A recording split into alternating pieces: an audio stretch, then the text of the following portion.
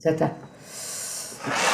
Entonces, allí existía el registro de quién tenía la tierra, se encuentran, se ven, todavía hay papiros con estas inscripciones de la registración de dominio sobre las tierras. Lo que pasó fue que los romanos no tenían un sistema escrito de registración, sino que los romanos, recuerden que para Roma, para adquirir el dominio, vos lo que necesitabas era la tradición y nada más que la tradición. Era un sistema no escrito y también todos los sistemas primitivos romanos también se basaban en la presencia de testigos. Y el sistema de tradición en sí no es otra cosa que hacer público de que yo poseo este inmueble y que en consecuencia al poseer el inmueble me considero el único y exclusivo señor de la cosa. Y esta concepción romanista es la que los romanos extendieron por todo el imperio, que significó no solamente Europa sino Oriente, en imponer el sistema del título y modo y de la tradición como modo de publicidad. Alrededor del 1200, 1300, los germánicos, que siempre fueron muy organizados y muy ordenados, buscaban una prueba superior a la de la tradición o de la posesión de la cosa para probar quién era el dueño. Además por toda una concepción que ellos tenían de cómo se transmitía el dominio. Transmitir el dominio para el derecho germánico era transmitir el poder. Entonces ellos tenían que, porque piensan en los grandes señores feudales, que en sí tener la tierra significaba tener el poder. Porque vos al tener la tierra lo que tenías era la posibilidad de formar ejércitos, con toda la gente esa que vivía en la tierra que te pertenecía. Entonces vos cuando eras dueño de algo tenías mucho poder. Por eso los nobles siempre fueron personas con tierras, o sea que eran dueños de tierras. Y el noble más inteligente generalmente era el que terminaba siendo el rey, o por lo menos el más vivo o el que tenía el mejor ejército. Entonces era necesario llevar un registro de quién en definitiva tenía la tierra, pero esto que se utilizaba para los grandes campos de los grandes señores feudales se transmitió, se llevó a los burgos, o sea, a las ciudades, y entonces también cuando ellos transmitían un derecho de dominio sobre un inmueble en alguna ciudad, empezaron con la costumbre también de inscribirlo. Y entonces llegó un punto donde los alemanes llegaron a la conclusión de que si no estaba inscrito en una oficina pública, no existía el dominio. Ese es uno de los motivos por los que el sistema de derechos reales en Alemania sea constitutivo. Porque fue una costumbre que empezó a nacer a través del 1200 o del 1300. Se encuentran inscripciones en Colonia, en Alemania, donde podemos decir que son los primeros registros de inmuebles que existen. Pero el sistema que regía en casi toda Europa era el sistema donde la tradición, o sea, el paso, la entrega voluntaria de la cosa, con la recepción voluntaria de la cosa, y con el ejercicio de la posesión sobre ese inmueble que ello conlleva, era el modo de publicidad generalizado en toda Europa. No solamente en la Edad Media, sino que eso se fue transmitiendo y cuando llegamos a las codificaciones europeas del siglo XIX, sigue siendo el modo de publicidad más importante. La única modificación que surgió en este sistema fue en el Código Civil Napoleón, donde en una abstracción absoluta y total que hicieron los franceses, porque consideraban que la tradición con la posesión que conlleva no era complicado entenderlo o hacerlo, les pareció que no. Entonces se fueron ya, para mí se pasaron, y llegaron a la conclusión de que los derechos reales se transmitían solamente con el contrato, o sea, solo consenso, que ese es el sistema del Código Civil francés que todavía sigue rigiendo en Francia. Pero cuando se produjo la codificación en la Argentina, esta posibilidad de conocer, esta conocibilidad que ya existía en ciertos registros, Vélez Sarsfield, ¿qué es lo que hizo? Vélez Sarsfield dijo, bien, El derecho real se va a constituir con título y modo, porque así deviene desde el derecho romano y así deviene en el derecho español, que es el que está rigiendo hasta este momento. El título estaba regido por estos artículos del Código Civil, 1184, que era el que me obligaba a instrumento público, el 3270, que era el del principio de que nadie puede transmitir un derecho mejor ni más extenso del que tiene, y el modo estaba en el artículo 577 del Código Civil, que es el que me decía, antes de la tradición de la cosa, nadie adquiere un derecho real.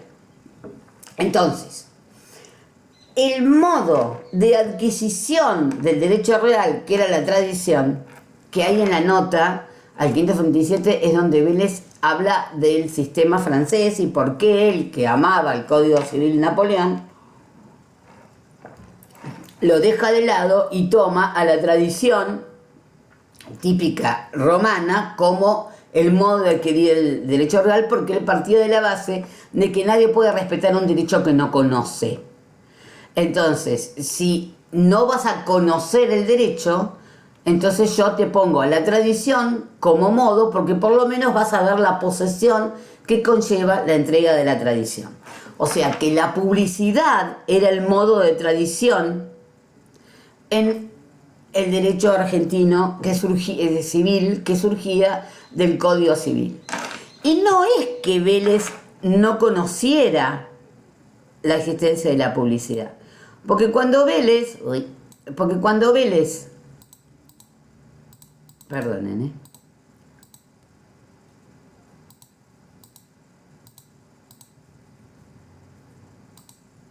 porque cuando Vélez sanciona o escribe el Código Civil argentino, Francia, en la que regía el sistema y consensual, había tenido que crear registros de la propiedad. Los primeros registros modernos que nosotros más o menos conocemos son estos franceses, que fueron creados más o menos en la década de 1850.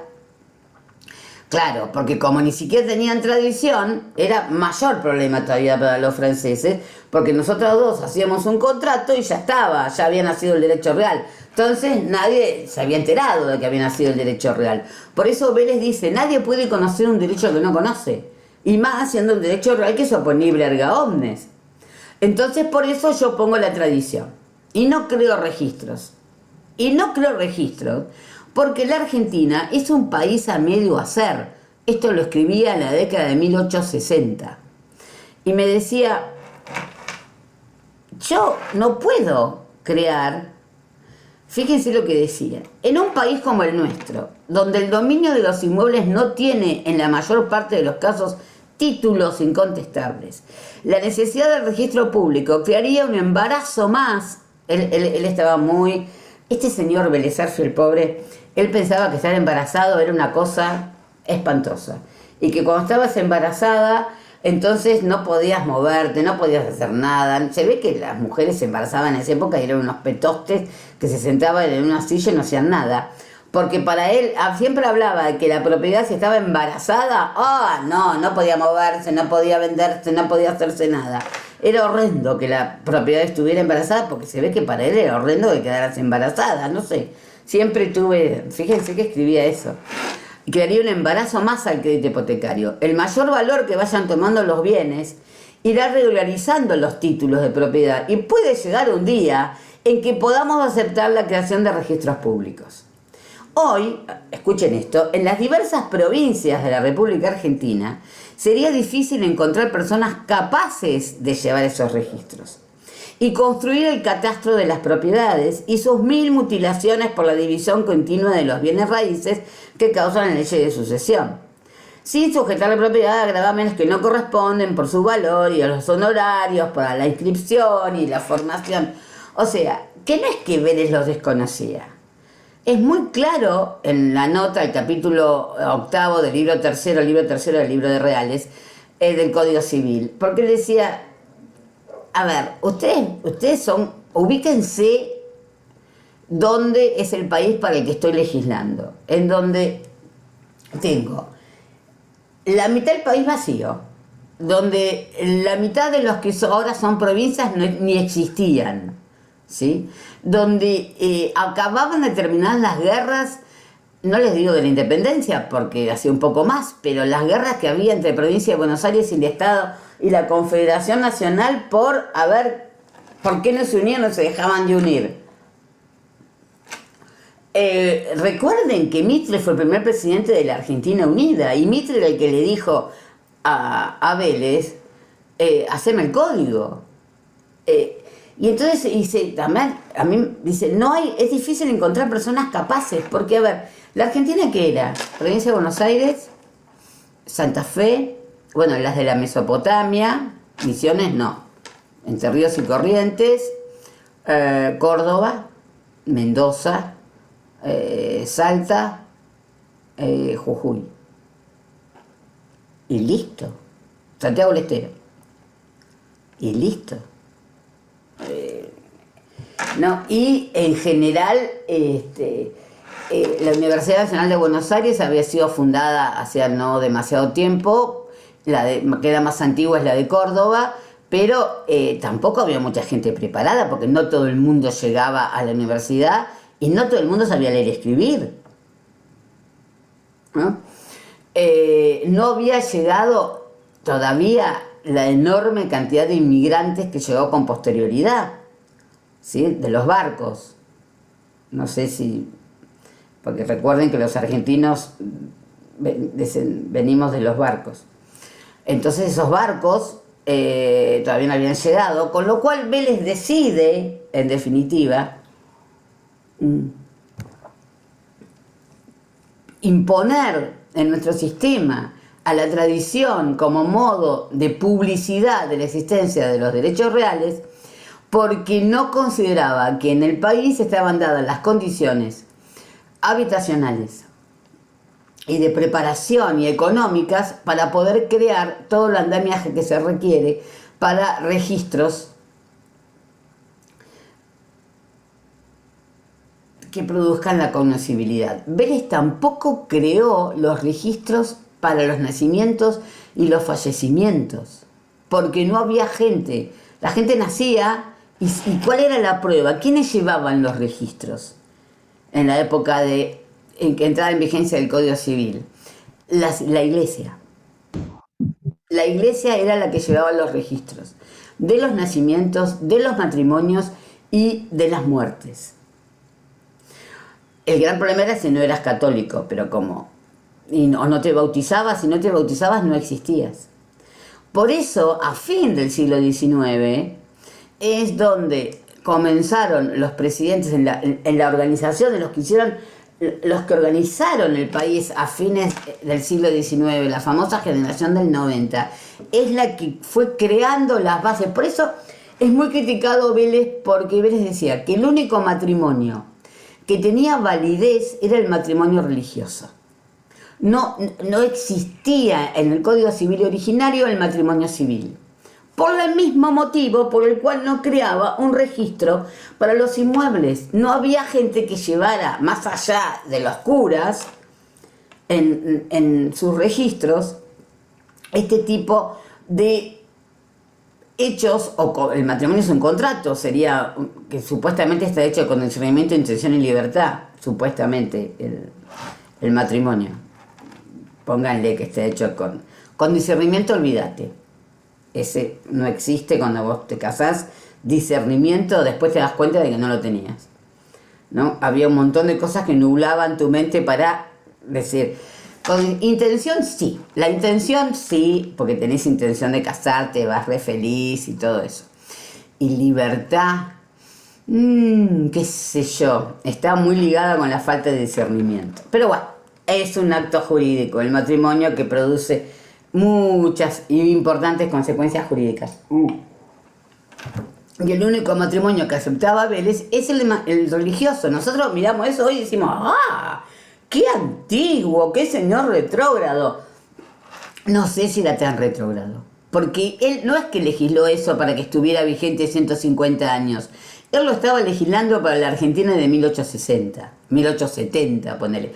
Fíjense que una de las primeras leyes de la Argentina, más o menos coherente, fue la ley de matrimonio civil.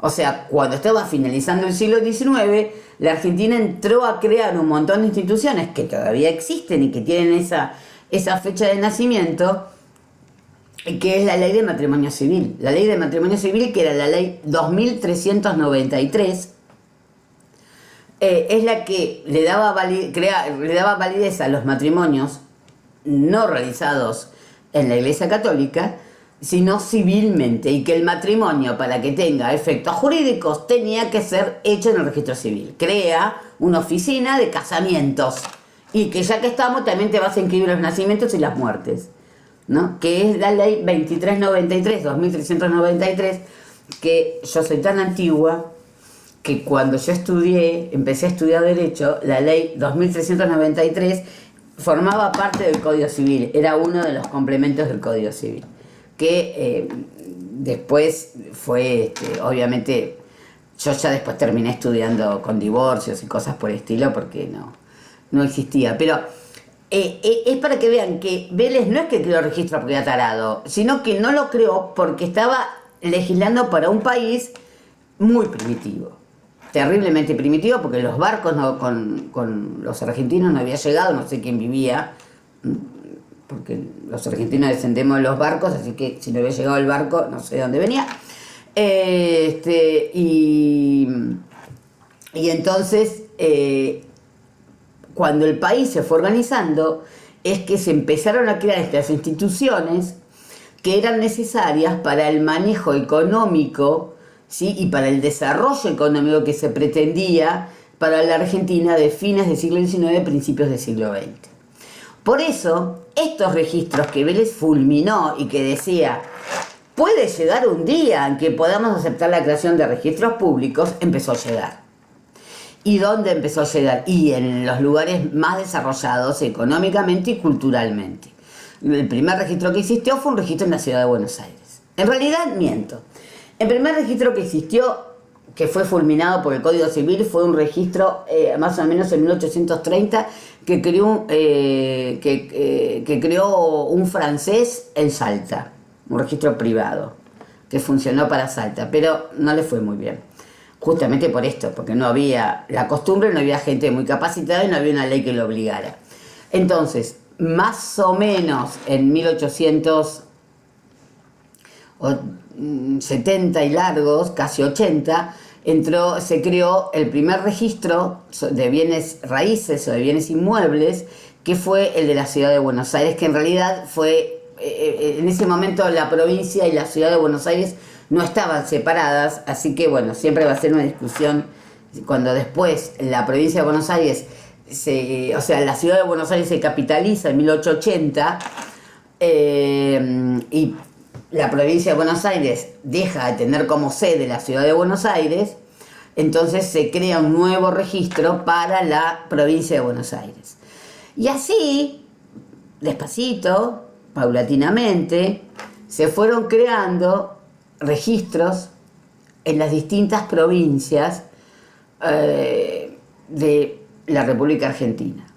Para más o menos 1910, en todas las provincias que se ha venido formando de la República Argentina, todavía no existía Chaco, todavía no existían todas las provincias del sur, que todavía eran territorios nacionales, había registros de la propiedad. ¿Basados en qué? Basados en que a Vélez, a pesar de todo lo que él explicaba y decía sobre la imposibilidad de que en la Argentina poder crear registros de la propiedad, no le quedó otra que crear registro para la hipoteca. Porque lo que Vélez creaba en el Código Civil era lo que se llamaba el oficio de hipotecas. Este oficio de hipotecas, que estaba legislado en estos artículos en el Código Civil que aquí están mencionados, no le quedó otra que crearlo. ¿Por qué? Porque recuerden siempre que cuando el bien, o sea, la cosa, queda en poder del deudor que hipoteca el inmueble, en garantía de una obligación que tiene que cumplir. Entonces no se produce la tradición, que es lo que Vélez había elegido como medio de publicidad. Al no haber traspaso de la posesión de la cosa, al no ver la sociedad de que ese inmueble va a responder por una obligación, entonces como venía influido por el derecho francés de que no puede haber hipotecas ocultas, entonces él crea el oficio o registro de hipotecas, siguiendo inclusive la costumbre francesa, porque en Francia también nacieron como al principio únicamente hipotecas y después lo extendieron a todos los contratos. Y lo mismo estaba ocurriendo en forma paralela en España, en donde también lo único que se creó en un principio era los registros de hipotecas. El registro de hipotecas se encontraba legislado y más o menos organizado dentro del Código Civil, y estos registros de hipotecas creados en el Código Civil son los que hicieron que se fuera extendiendo la necesidad de la inscripción a otros derechos reales que no fuera exclusivamente la hipoteca, porque les resultó muy práctico para el conocimiento de la posibilidad de conocer, la conocibilidad que le daban estos oficios de hipoteca, no solamente para las hipotecas, sino para otros derechos reales. Entonces había dado un fenómeno en el cual nuestro Código Civil decía que la publicidad se realizaba con la tradición, que se producía en la adquisición del derecho real. Pero resulta que las provincias habían ido creando, inclusive como oficinas públicas, oficios porque Vélez no decía si eran públicas o privadas, los oficios de hipoteca, pero como se fueron creando como oficinas públicas. Entonces las provincias crearon estos oficios de hipoteca y extendieron, por leyes provinciales, la obligación de inscribir para hacerlo público a la constitución de otros derechos reales: dominio, condominio, usufructo, uso, habitación, anticresis, servidumbres, más allá de la hipoteca. Entonces teníamos, por un lado, la obligación del Código Civil, que el Código Civil me decía, para lograr la constitución de un derecho real y lograr su publicidad, lo que requiero es título y modo tradición. La tradición cumple una doble función. Cumple la función de ser un elemento constitutivo esencial del derecho real y a su vez sirve como modo de publicidad. Y las leyes provinciales que me decían: inscribí.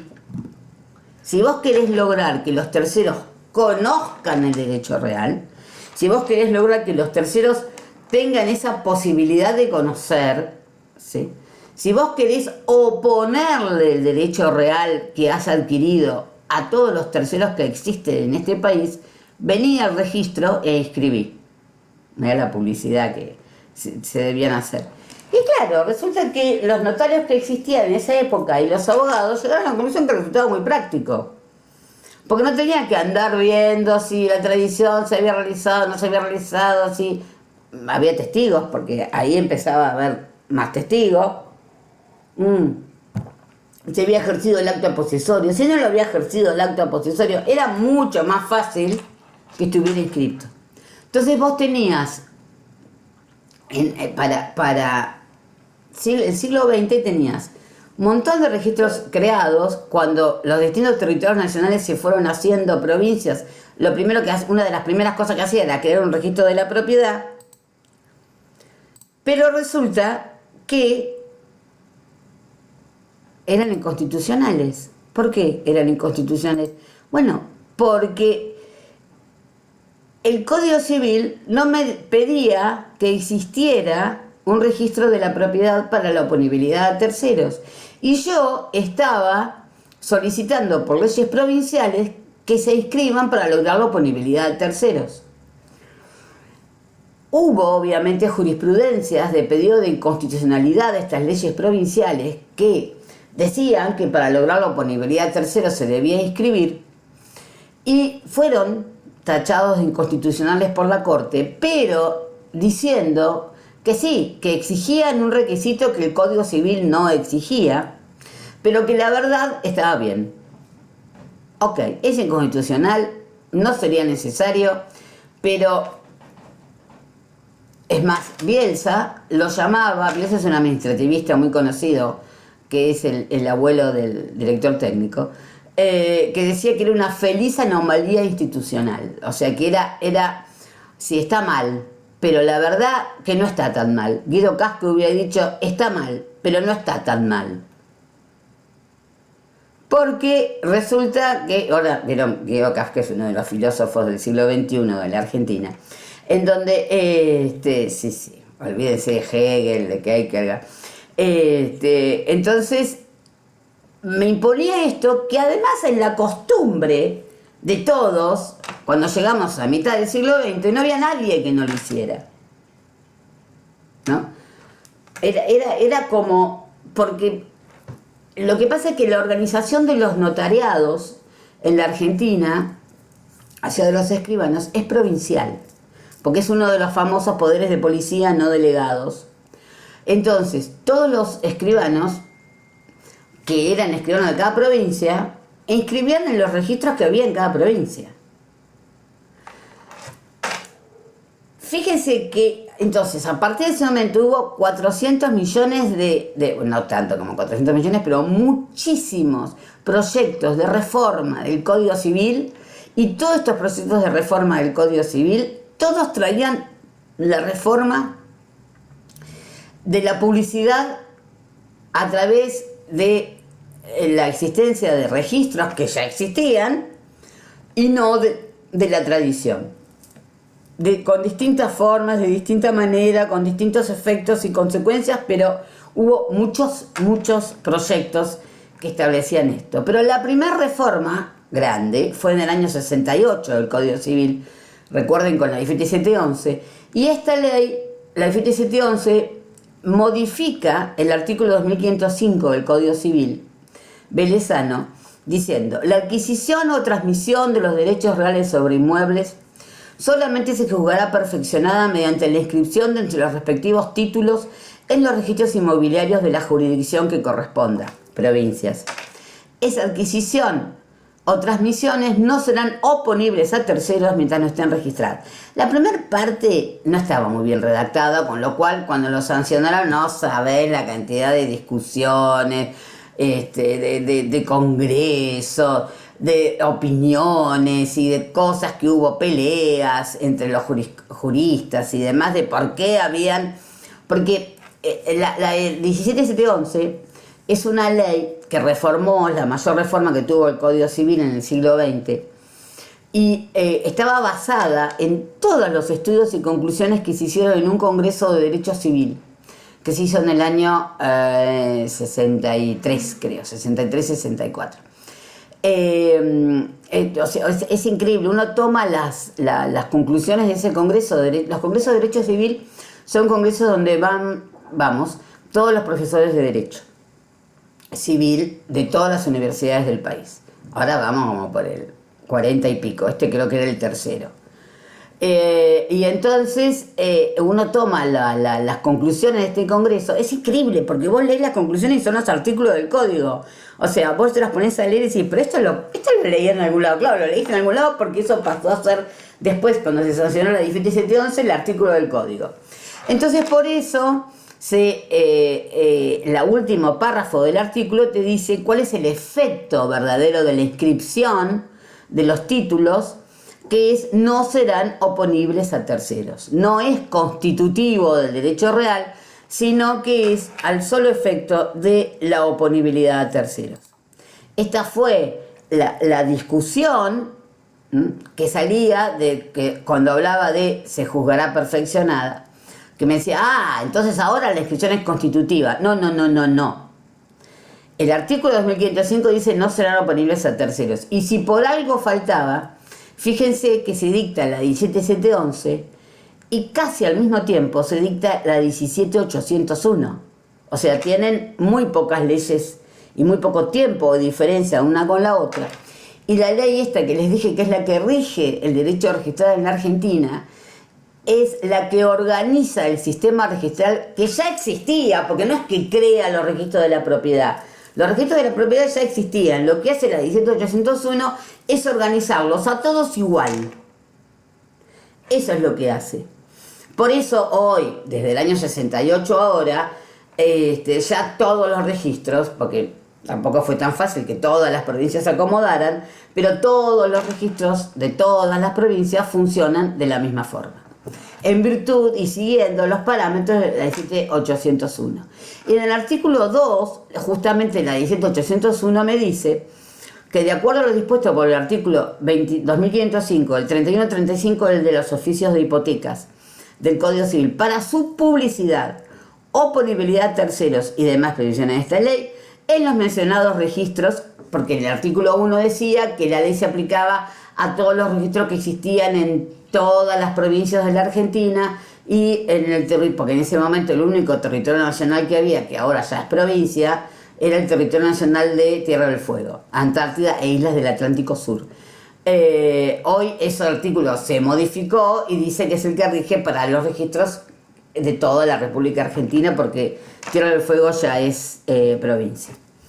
Los menciones inscribirán, anotarán, según corresponda, los siguientes documentos. O sea que el artículo 2 de la 17.801 es la que me dice, ojo, cuidado, esto no es un sistema constitutivo de derechos reales. Los derechos reales se siguen constituyendo por título y modo en forma extrarregistral, y lo que hacen los registros de la propiedad se inscriben para su publicidad y oponibilidad a terceros los títulos que portan la constitución, modificación o extinción de un derecho real sobre un inmueble. O sea, en el registro de la propiedad lo que se inscriben son esos títulos, esos documentos que contienen el contrato por el cual se constituyó el derecho real. Esas, si lo queremos hablar desde un punto de vista físico y formal, esas primeras copias o primeros testimonios que yo les dije que los escribanos hacemos, cuando en nuestro protocolo hacemos el original con las firmas hológrafas de las partes y las firmas hológrafas del notario, de un contrato en virtud del cual se constituye, modifica, transforma un derecho real sobre un inmueble. Entonces, el sistema que regía en el Código Civil de Vélez Sarsfield después de la modificación de la 1711 en el año 1968 es el mismo sistema que rige hoy actualmente en la Argentina en virtud de la legislación del Código Civil y Comercial. El Código Civil y Comercial es el que me dice, como ustedes ya lo estudiaron, que el derecho real se constituye ¿cómo? Se constituye con el título y con el modo, de acuerdo a lo que me dice el artículo 1892 del Código Civil y Comercial, y la publicidad de esos derechos reales constituidos por título y modo en forma extrarregistral se publicitan a través de la inscripción, y lo dice en el artículo 1893. En 1893 del Código me dice: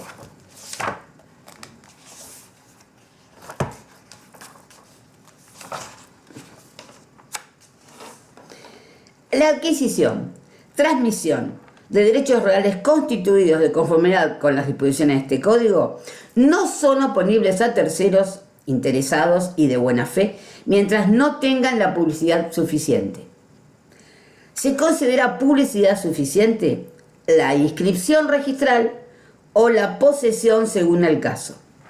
Porque, ¿qué pasa? Tienen que prever el código de que hay ciertos derechos reales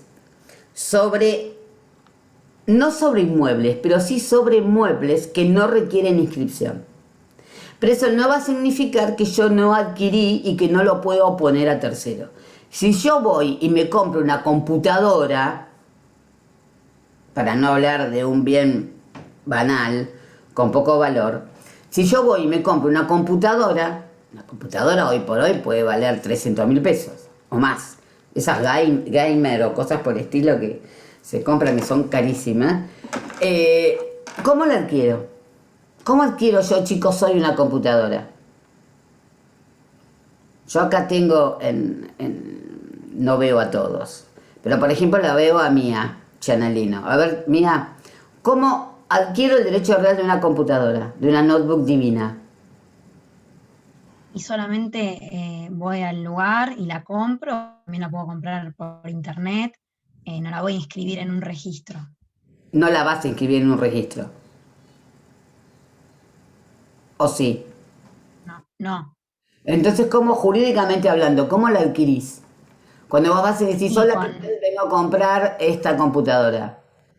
Y el otro te la claro, vende. sería ¿Eso qué es?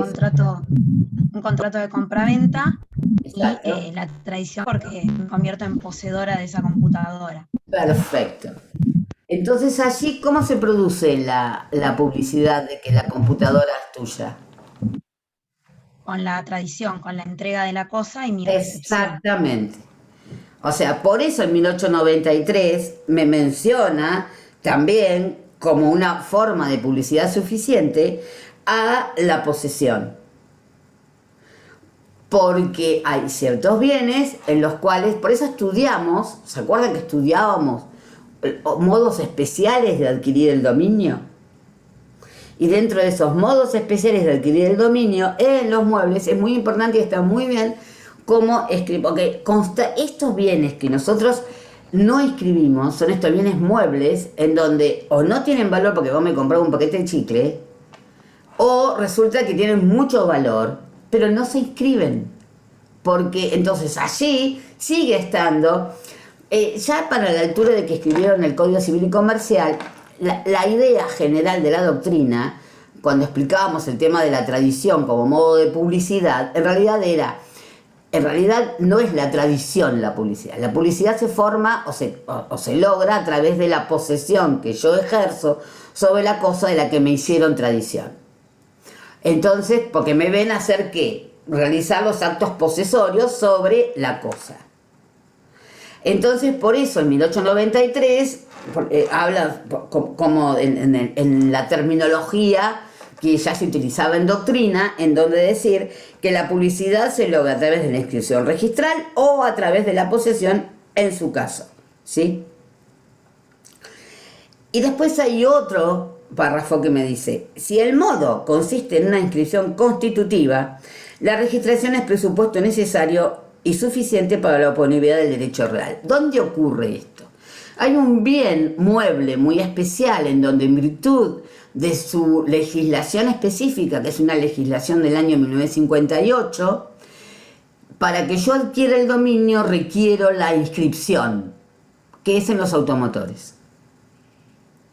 Entonces, este tercer párrafo del artículo 1893 se refiere a los automotores, en donde el modo en el automotor no es el título y la tradición y la inscripción en un registro para oponibilidad a terceros, sino que en los automotores directamente el derecho real se constituye con la inscripción en un registro. Por más que ustedes tengan el vehículo hace un montón de años y por más que tengan el 08 firmado en la guantera del auto, no son dueños del auto hasta que no lo inscriben en el registro automotor que corresponda. Eso, acuérdenselo siempre. Pero de los inmuebles, no. En los inmuebles, todos los inmuebles se adquieren por un título, por el modo, y para lograr la oponibilidad del tercero, lo van a tener que inscribir en los registros que corresponda. Y los registros están armados provincialmente. De acuerdo a la jurisdicción del lugar de ubicación del inmueble, se inscriben en el registro de la provincia donde esté ubicado. Donde en virtud de lo que dispone la ley de 1801, todos los registros de todas las provincias de la Argentina funcionan de manera organizada y casi igual. Hay diferencias de implementación, pero son más de algo diario y de organización administrativa que de otra cosa, ¿sí? ¿Ustedes entienden lo que significa la oponibilidad al tercero?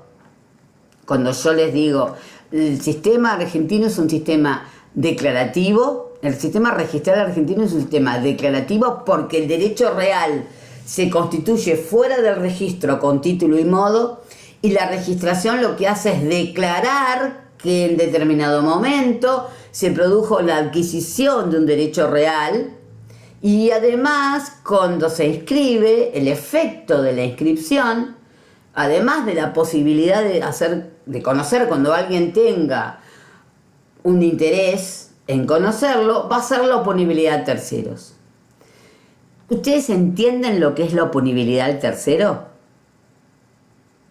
¿Hay alguno que me la pueda explicar?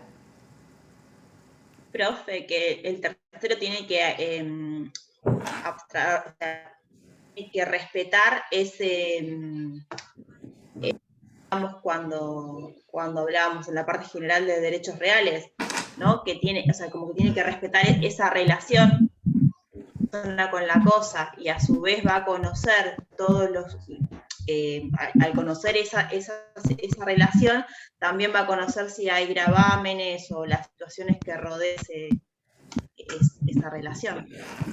Cuando ejercita esa posibilidad de conocer, va a llegar al conocimiento de si hay algún tipo de derecho real que sea un gravamen o una carga sobre el inmueble. Está muy bien, Fabiola. El tema es que, es como vos bien decís, el tercero, al poder conocer cómo se constituyó, se dejó de constituir el derecho real, entonces tiene, como vos bien decís, respetar ese derecho real. O sea, yo lo que puedo hacer como titular del derecho real, cuando alguien viene a decir, yo, que vos sos el dueño, sí, no, yo la verdad que probame de que yo soy el dueño, no, yo no te tengo que probar nada, ¿sí? Porque yo te puedo oponer el derecho real porque está inscrito en un registro. Vos no me podés decir que no te es oponible, que vos no lo conocías y consecuencia no tenés que respetarlo, ¿sí? Es como un juego, si está inscrito, todos tienen que respetártelo. Vos se lo podés oponer a todos, nadie puede decir, yo no lo conocía, con lo cual me es inoponible. No.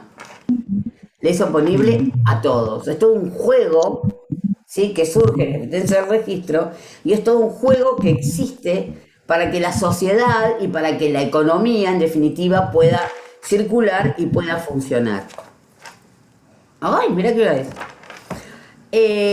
Los sistemas registrales se componen, esto es una cuestión teórica y práctica, de lo que se llaman los principios registrales. Los principios registrales es cómo está organizado, en definitiva, los sistemas registrales. No todos los sistemas registrales del mundo están organizados de la misma manera, están todos parecidamente organizados. ¿Por qué? Porque hay ciertos principios, así como existen ciertos principios generales del derecho, estos son ciertos principios que, de acuerdo a la combinación y cómo están legislados en un determinado país, van a tener un sistema registral de determinada forma. Nuestro sistema registral, a través de lo que dice la 17801, recepciona algunos de esos principios registrales y organiza el registro de determinada forma. Los principios registrales son varios, son estos que los vamos a terminar de analizar la semana que viene. ¿Dale? ¿Sí? Ok. ¿Alguna pregunta hasta acá? Profe, entonces, en nuestro país el sistema es declarativo. Nuestro sistema es declarativo para los inmuebles. A excepción. Claro. Nuestro sistema para los inmuebles es declarativo, ¿sí? Y de oponibilidad a terceros. El de automotores es constitutivo del derecho real. Bien, entonces es mixto, ¿o no? ¿O es declarativo? ¿Qué cosa? No. El sistema de registro de inmuebles, ¿no? La registración de inmuebles es un sistema declarativo y de oponibilidad a terceros. El sistema de automotores exclusivamente es un sistema constitutivo, de inscripción constitutiva. Sí, no es mixto. Uno es el sistema para inmuebles y otro es el sistema para automotores. Bien. Porque hay otros muebles que se inscriben y que también tienen un sistema declarativo. Que ya vas a ver. Pero para los automotores se eligió ese sistema. Que realmente es una cosa rara en nuestro país. Pero bueno. Bueno, chicos, ¿alguna otra pregunta o nos vemos? ¿Nos vemos? Listo. Gracias, chicos. Gracias. Hasta mañana. Profe, Chao. gracias, profe. Gracias. Gracias. Chao, profe, gracias.